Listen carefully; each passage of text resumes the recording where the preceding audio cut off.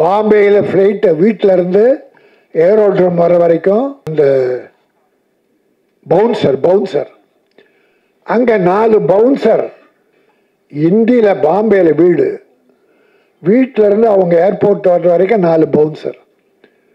Airport ஏறின உடனே சென்னையில் 4 பவுன்சர் கொண்டாந்து விடணும்.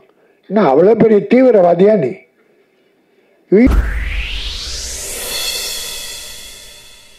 கொஞ்சம் லேட்டாக வந்தன்றதால ரொம்ப லேட்டாக விட்டுட்டார் தம்பி. எல்லாரும் பேசி முடிச்சு நன்றி சொல்கிற நிலையில் என்னை விட்டுட்டாரு. நான் ஒரு சிலருக்கு நன்றி சொல்லி ஆகணும். நான் மொத்தம் ஒரு 20 பேர்கிட்ட சொல்லியிருந்தேன். நான் வந்த உடனே கைத்தட்ட சொல்லி அதில் 10 பேர் தான் கைத்தட்டினாங்க. இந்த செல்வமணி, சிவா இவங்கெல்லாம் கைத்தட்டல. சும்மா சொன்னேன். ஏதோ ஒரு அன்பின் காரணமாக என் அன்பு சகோதரர் நீண்ட நாளுக்கு அப்புறம் பார்த்ததால கைத்தட்டி வரவேற்றாங்க. எல்லாருக்கும் நன்றி. மனதால் வரவேற்ற அத்தனை பேருக்கு நன்றி. எனக்கு தொழில் ரொமான்ஸ். இப்போ எல்லாருமே நம்ம தமிழில் டைட்டில் தான் நல்லதுன்னு நினைக்கிற காலத்தில் நிறைய இங்கிலீஷ் டைட்டிலாக வந்துக்கிட்டே இருக்கு. ஆனால் இந்த படத்தில் சகோதரர்கள் தமிழும் வைத்து இங்கிலீஷும் ஆங்கிலத்தையும் சேர்த்து வச்சுருக்காங்க. எனக்கு தொழில் காதல். ரொமான்ஸ்னா காதல் எல்லாம். காதலை விட அடுத்தபடியா ரொமான்ஸ்னா டைரக்டர் சார் காதல் தானே? காதல் தான். ரொமான்ஸும் காதல் தான். எனக்கு தொழில் காதல் இப்போ ஒரு ஸ்டைலாக இருக்குது, நல்லா இருக்கு.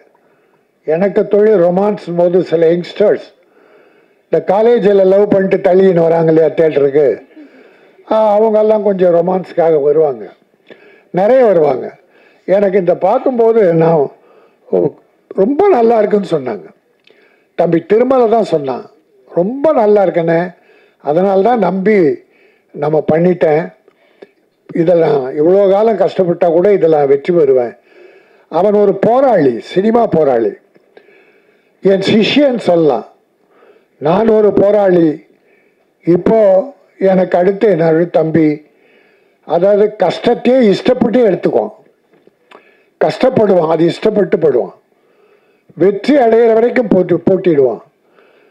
தவறுகளை சுட்டி காட்டுவான், தட்டி கேட்பான். யாருக்கும் ஜால்ரா அடிச்செல்லாம் பழக்கம் கிடையாது.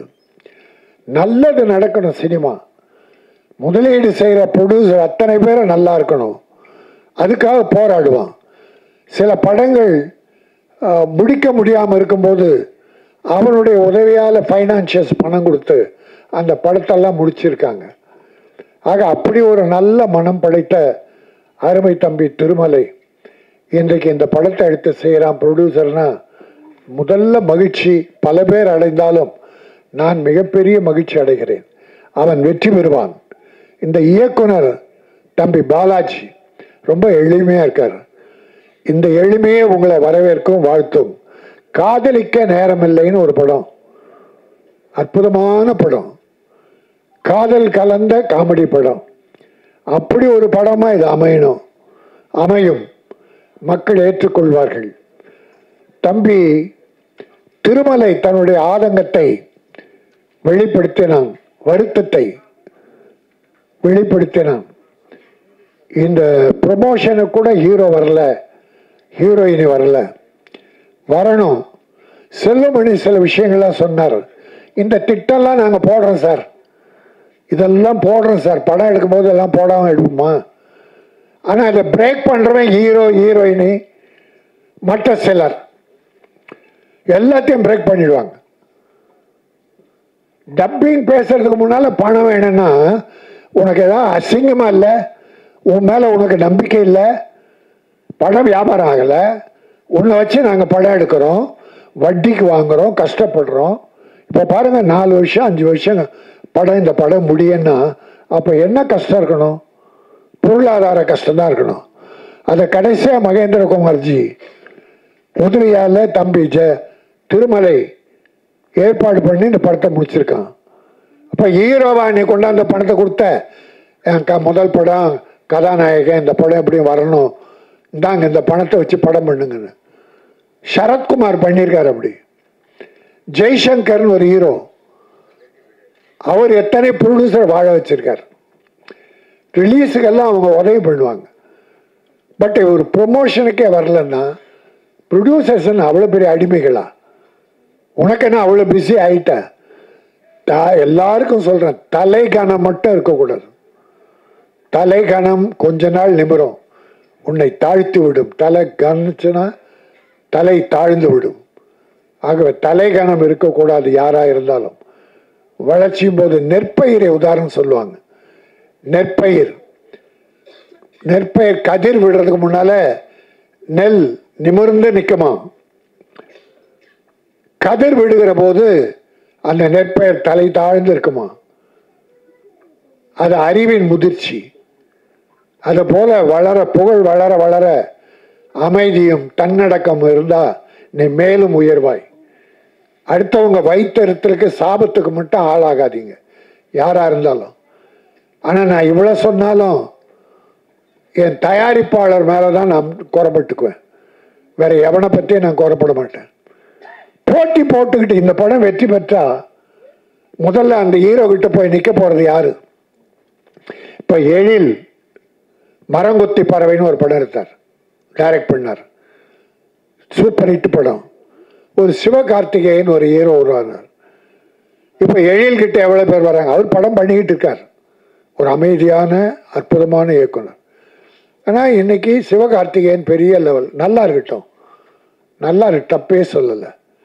பட் உன்னை தூக்கி விட்டவர்களை ஒரு டைரக்டர் இல்லைன்னா ஹீரோ இல்லை சார், ஹீரோயின் இல்லை சார். டைரக்டர் அத்தனையும் தன் மூளையில் வச்சுக்கிட்டு எந்த அளவு சிரிக்கணும், எந்த அளவு கோவப்படணும் என்பதெல்லாம் அவர் சொல்றதான் அந்த ஹீரோ செய்யணும்.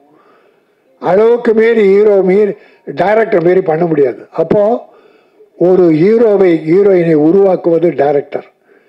அந்த டைரக்டருக்கு மரியாதை இல்லைன்னு நீ என்ன வாழ போற? அது மட்டும் இல்லை, என் ப்ரொடியூசர் மேலனா ஒரு ஹீரோயினை இந்தியில் தேடி கொண்டாந்து போடுறாங்க சார், தமிழில் கிடைக்கலன்னு. அந்த ஹீரோயினி கால் ஷீட்டு கொடுக்குறதே கஷ்டம். கொடுத்தா பாம்பேயிலேருந்து வரணும். பாம்பேயில் ஃப்ளைட்டை வீட்டில் இருந்து ஏரோட்ரம் வர வரைக்கும் அந்த பவுன்சர் அங்கே 4 பவுன்சர். இந்தியில் பாம்பேயில் வீட்டில் இருந்து அவங்க ஏர்போர்ட் வர்ற வரைக்கும் 4 பவுன்சர். ஏர்போர்ட் ஏறின உடனே சென்னையில் 4 பவுன்சர் கொண்டாந்து விடணும். இன்னும் அவ்வளோ பெரிய தீவிரவாதியா நீ? இத்தனை ஹீரோக்களும் பவுன்சர்ஸ் வச்சுக்கிறாங்க. சில டைரக்டர்கள் அவங்களுக்கு பவுன்சர்ஸ். அவ்வளோ கேடு கட்டவனா பயங்கரவாதியா? உன்னை கொலை பண்ணுறதுக்கு ஆளுங்க சுற்றிக்கிட்டா இருக்கு. எதுக்கு பவுன்சர்ஸை குறை சொல்ல? பவுன்சர்ஸுக்கு வேஷம் கொடுங்க, வேலை கொடுங்க, அந்த தம்பிகள் நல்லா இருக்கட்டும். ஆனால் கேரவான்லேருந்து ஹீரோ போவாராம், 6 பவுன்சர் கூடவே போவாங்களாம். ஷூட்டிங் ஒரு 100 மீட்டரில் நடக்கும்.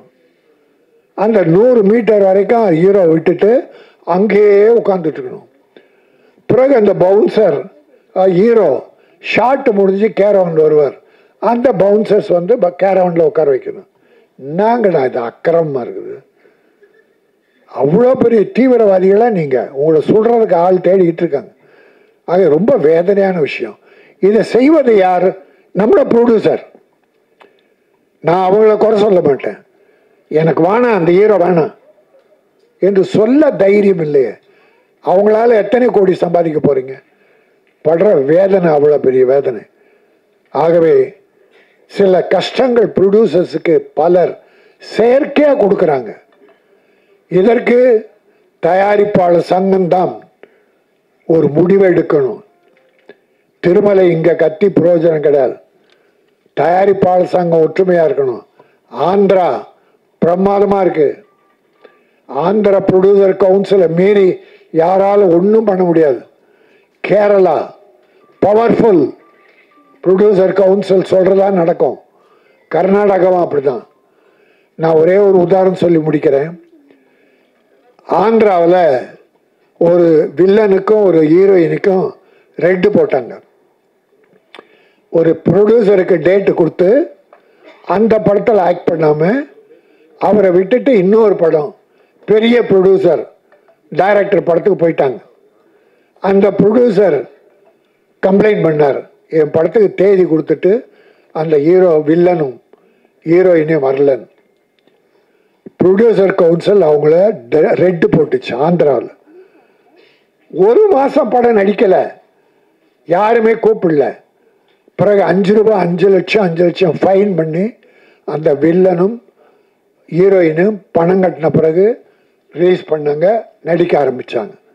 யாரும் இல்லை, பிரகாஷ் ராஜ் என்கிற வில்லன், சிம்ரன் என்கிற ஹீரோயின். அப்போ அந்த பவர் எங்கே போச்சு உங்களுக்கு? நம்முடைய வேலை செய்பவர்கள் அவங்ககிட்ட நம்ம அடிமையாக இருக்க முடியாது. அந்த கட்ஸ் நம்ம ப்ரொடியூசருக்கு வேணும். அந்த கட்ஸை கொடுக்க வேண்டியது ப்ரொடியூசர் கவுன்சில். இப்போ செல்லுமணி சொன்ன மாதிரி சரியாக வரலையா, பெப்சி கிட்ட சொல்லி ஒத்துழைமை கொண்டு வாங்க. ஒரு ஹீரோ போடாத, கிட்ட போகாத, எந்த ப்ரொடியூசரும் போகாத. 3 மாதம் முகம் வளர்ச்சி ஆகட்டும், மேக்கப் போடாமல் இருக்கட்டும், அப்புறம் அழ போகிறாங்க பாரு, வந்து வேஷம் கேட்பாங்க. ஆக எந்த ஊரில் தனிப்பட்ட முறையில் நான் யாரும் சொல்லலை. என் ப்ரொடியூசரை வேதனைப்படுத்திய எந்த ஹீரோ ஆனாலும் அவரை நான் வன்மையாக கண்டிக்கிறேன். இந்த எனக்கு தொழில் ரொமான்ஸ் மிகப்பெரிய வெற்றி பெறும். மிகச்சிறந்த நகைச்சுவை காதல் கதை. அந்த படத்தை மக்கள், தமிழக மக்கள் மட்டுமல்ல, சினிமா பார்க்கிற அத்தனை பேரும் ஏற்பார்கள். அதன் மூலமாக ஒரு கதாநாயகன் மிகப்பெரிய வெற்றி பெறுவார். ஹீரோ ஓடுறாங்க. இப்போ அந்த ஹீரோ ப்ரொமோஷனுக்கு வந்திருந்தா இந்த டிவி, நம்ம கேமராக்கள் எல்லாமே அவங்ககிட்ட தான் இருந்திருக்கும். இங்கேயும் ப்ரொமோஷன் அவங்களுக்கு தான். ப்ரொடியூசர் யாருன்னா எடுப்பாங்க, டைரக்டர் யாருன்னா ஃபோட்டோ எடுப்பாங்க, கிட்டச்சாக மாட்டாங்க. ஒரு ப்ரொடியூசர் போய், சார் டைம் ஆச்சு வாங்க வாங்க ஹீரோவை கூப்பிட்டா, ஒரு கேமரா, சார் கொஞ்சம் தள்ளி நில்லுங்க, ப்ரொடியூசரை தள்ளி நில்லுங்கன்ட்டு கேமரா ஹீரோ எடுக்கிறான், ஹீரோயினை எடுக்கிறான். அப்போ இங்கேயும் பவர் யாருக்கு? உங்களுக்கு தான். உங்களுக்கு தான் ப்ரமோஷன். நன்றி மறக்காதீர்கள். என் நன்றி கொன்றார்க்கும் உய்யுண்டாம் உய்வில்லை, செய் நன்றி கொன்ற மகருக்கு என்று வள்ளுவன் சொன்னான். இன்னைக்கு நல்லா இருக்கலாம். ஒரு வாழை மரம், ஒரு தேக்கு மரம், ரெண்டுத்துக்கும் ஒரு வாதம் வந்தது. வாழை மரம், தேக்கு மரம் வாழை மரத்தை கிண்டல் பண்ணி, நீ ரொம்ப ஷார்ட்டாக இருக்க, நீ விலை கம்மி, நான் தான் உயரமாக வளர்றேன், என்னுடைய மதிப்பு அதிகம், நான் பணக்காரன் வீட்டிலெல்லாம் வீடுகளில் நிறைச்சி அழகுபடுத்துகிறேன் அப்படின்னுச்சு. வாழை மரம் சொல்லிச்சு, நீ வெட்டின பிறகு தான் நீ அழகு. உன்னை அறுத்து மரம் வளர்ந்த பிறகு தேக்கு மரத்தை அறுத்து பீரோ செய்கிறானோ என்ன பண்ணுறானோ, பொருள் அழகிய பொருள். ஆனால் வாழை மரம் வாழுகிற காலத்திலே, வளருகிற காலத்திலே வாழை காயாக, வாழைப்பழமாக, வாழை இலையாக, தண்டாக, நாராக, அத்தனை பொருளையும் வாழுகிற காலத்திலேயே மக்களுக்கு கொடுப்பது அதுதான் சிறந்தது.